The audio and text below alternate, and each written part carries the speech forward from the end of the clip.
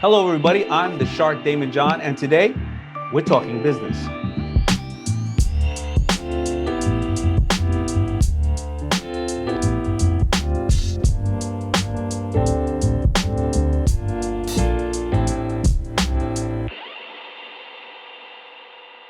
I'm Daymond John, and today I'll be speaking to Joe DeLoss of Hot Chicken Takeover. What first drew me to Joe and Hot Chicken Takeover is really his emphasis on community and giving people second chances and ability to start over, as well as not just giving them that, but also matching funds and or finding ways to even do more than just give them the chance, but help them down their path. So what's up, Joe? Why don't we talk a little bit about Hot Chicken Takeover and talk about the concept, what do you do, and get into it. Yeah, thanks for having me, Daymond. So Hot Chicken Takeover is a restaurant chain based out of Ohio, right in the Midwest. We're spread here between Central Ohio and based in Columbus, Ohio, and up in Northeast Ohio in the Cleveland metro area.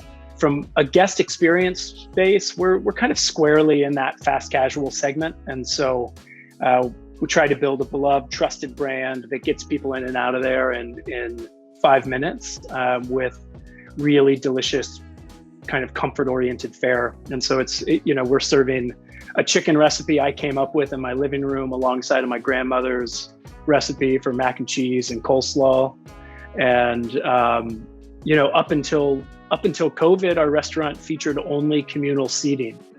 And so we'd gather groups of strangers and friends, and everybody would sit elbow to elbow, breaking bread and eating fried chicken, which I think is probably one of the greatest social equalizers we have left. It's just something that a lot of people connect with and have nostalgic memories about. Why don't we go into detail on your hiring practices and the whole philosophy of Hot Chicken Takeover? Yeah, Hot Chicken Takeover is what we call a fair chance employer, which just means that we're intentionally providing fair chance opportunities to men and women that probably haven't had a fair shot in the past. The vast majority of our team members have encountered some really significant adversity in their life tied to being affected by a criminal record, homelessness, issues of addiction, domestic violence. The business particularly is focused around providing opportunities to men and women that have been affected by criminal records. And the state of things right now in our country is pretty poor as it relates to opportunities for men and women with records. And we've got more people with criminal records than we do college degrees in this country. And so it is a huge untapped opportunity to just provide meaningful work opportunities to a really powerful, impactful group of folks. And that's absolutely amazing. It's hard enough to source employees, and then it's even more challenging, obviously, if people have been dealt very challenging cards. How do you build that trust with them? Because at the end of the day, you still have to operate a business, and if the business does not do well, then nobody will be employed, right? So how do you build that trust and take that shot? Outside looking in, I think a lot of people look at our business and think very charitably, like, oh, it's so nice what that company does for those poor folks. And we know that's so far from the case. Our business isn't charitable, it's business. And so we have an environment really rich with accountability, high standards, and really high outcomes. And so the bar is set pretty low for quality of employment in our industry. Most employers are seeing 150+% turnover a year. With our operating system and our HR strategy, we're seeing regrettable turnover under 40% a year. And so it's not just a nice, warm, fuzzy thing. The reality is our business is stronger because our people are stronger. I'm reading here that you have an employee support program, including one-to-one milestone matching program to help employees make big purchases, cash advances, or a loan without interest to help employees in a bind and access to free counseling. Tell me about those things, because I find that interesting, because not only are you giving them the first opportunity, but you're kind of really supporting them all throughout their employment. What we've come to appreciate is that if our team members are experiencing personal instability, that personal instability will become professional instability. And all too often, I think our industry asks people to check check their personal experience at the door. The reality is, it's just, if you're an entry-level employee in America, it's really difficult to do that when you're up against so much volatility at times and worried about stability, housing, food. And so we just work hard to build an environment that's compatible and supportive with what people need to be personally more stable. And we reap a ton of professional benefit and ROI from that. And I think a lot of folks look at these tech companies that offer people free massages and sushi and think, gosh, what a great place to work. And it maybe a whole bunch of 20-somethings need sushi and massages, but our workforce have different needs. And so we really listen to our team and try to provide relevant, informed benefits by what they're experiencing in their life. And things like a match savings program. So as people are making meaningful investments in their own stability and their own growth, the company gets to be right there alongside of somebody.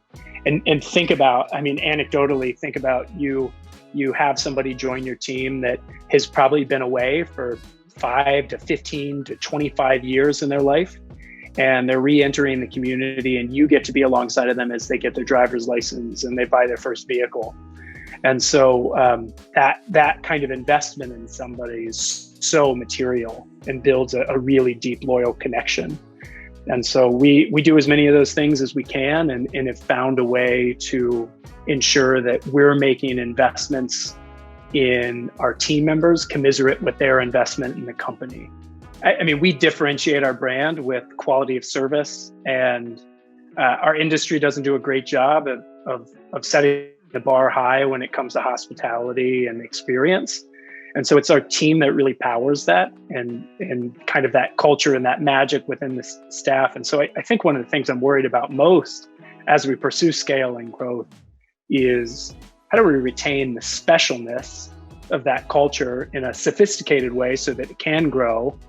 And, I think just given your experience and some of the magic you've created, what would you encourage we do that? Yeah, so I'm not sure if you do have the guidelines to the culture in your company. The culture in your company is, of course, what the communication is and what you promise to your team and what your team promises the world. Your brand is what the world says about you when you're not in the room. Do you have a standard, a Bible of the 10 points in our company that we serve or we believe in, our mantra?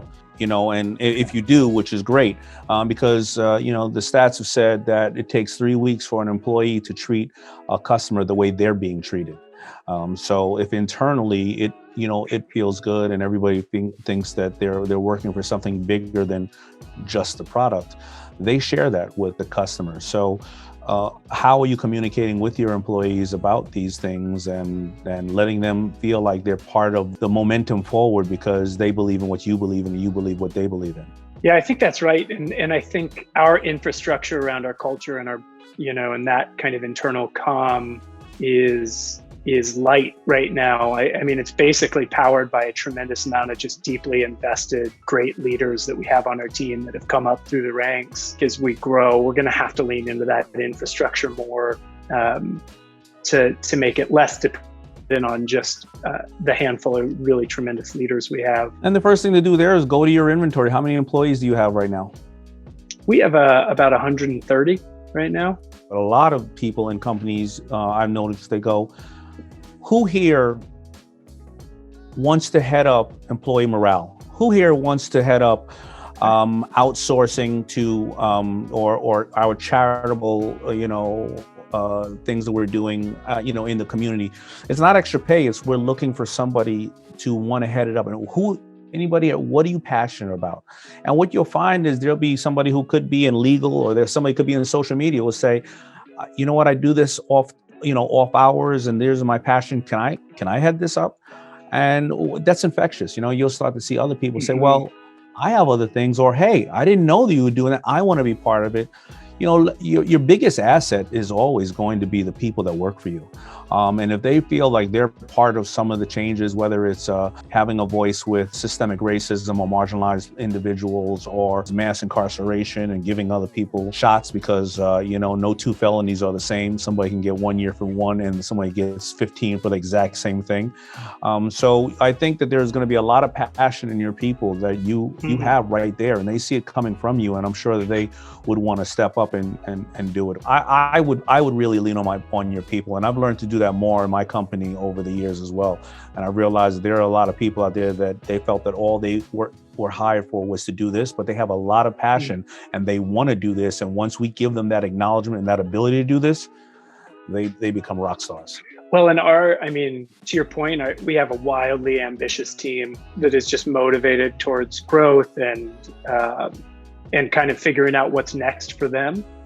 And so the reality is we don't ask that question a lot because most of our team members are just raising their hand and kind of advocating for themselves to do more, contribute more. But I think a more intentional opportunity to ask and to build those outlets for people to develop would be great for our team, but tremendous for the company as well. No, absolutely. This is absolutely amazing. I think more people can learn from you and what Hot Chicken Takeover is doing. And you probably have a great future advising people and companies, best ways to do this. Because the numbers are there, right? You're expanding your growth. Your turnover of an average 150 is down to 40. You're making a change in the community. And I always say, listen, in business, you first have to try to make it and then master it and then matter. But if you're able to do that all at the same time, I think that it's an example that you are setting for so many other entrepreneurs and companies to follow. So congratulations. Good luck on, your future. And I really enjoyed learning from you. I appreciate that. And likewise, thanks for the guidance and advice, Daymond.